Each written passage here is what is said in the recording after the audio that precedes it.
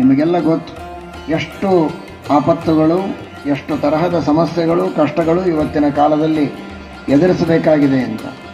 ಶಿಕ್ಷಣದ ಸಮಸ್ಯೆ ಇದೆ, ಉದ್ಯೋಗದ ಸಮಸ್ಯೆಯೂ ಇದೆ, ಇದಲ್ಲದೆ ನಾನಾ ವಿಧವಾದ ಕೌಟುಂಬಿಕ ಸಮಸ್ಯೆಗಳು, ರಾಷ್ಟ್ರೀಯವಾದಂತಹ ದೊಡ್ಡ ದೊಡ್ಡ ಸಮಸ್ಯೆಗಳು ಎಲ್ಲವನ್ನೂ ಎದುರಿಸ್ತಾ ಇದ್ದೇವೆ.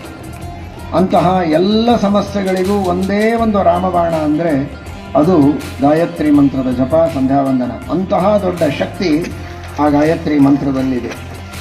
ಇದೇ ಗಾಯತ್ರಿ ಮಂತ್ರವನ್ನು ಜಪ ಮಾಡಿ ಸಿದ್ಧಿ ಮಾಡಿಕೊಂಡಂತಹ ಮಹಾನುಭಾವರು ವಿಶ್ವಾಮಿತ್ರರು ಪೂರ್ವದಲ್ಲಿ ವಸಿಷ್ಠರಿಂದ ಸೋತು ಅವರ ಬ್ರಹ್ಮ ತೇಜಸ್ಸಿಗೆ ಏನೂ ಉತ್ತರ ಕೊಡಲಿಕ್ಕಾಗದೆ ಬ್ರಹ್ಮತೇಜೋ ಬಲಂ ಬಲಂ ಅಂತ ಹೇಳಿದವರು ತಾವು ನಿರಂತರವಾಗಿ ತಪಸ್ಸು ಮಾಡಿ ಬ್ರಹ್ಮದೇವರಿಂದ ಬ್ರಹ್ಮರ್ಷಿತ್ವವನ್ನು ಪಡೆದು ಗಾಯತ್ರಿ ಮಂತ್ರದ ದರ್ಶನವನ್ನು ಮಾಡಿಕೊಂಡು ಇಡೀ ಜಗತ್ತಿಗೆ ಅದರ ಮಹತ್ವವನ್ನು ತೋರಿಸಿಕೊಟ್ಟವು.